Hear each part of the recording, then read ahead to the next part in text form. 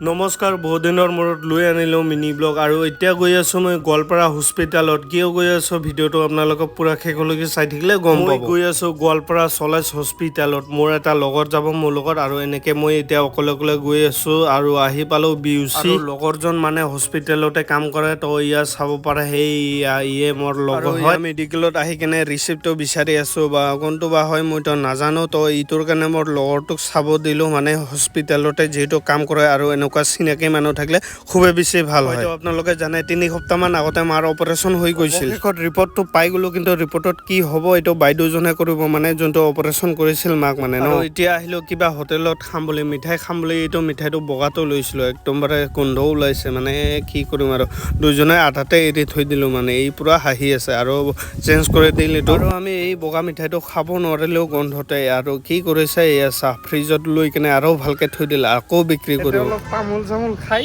এতিয়া মানে এই ইয়াৰ ঘৰত মই মোৰ ঘৰত যাম আৰু না, তো যাওঁ যাওঁ কৰোঁ আৰু নেকি। বাই বাই দে, নহ'লে যাবি না দে। থেংক ইউ দেই, দে দে।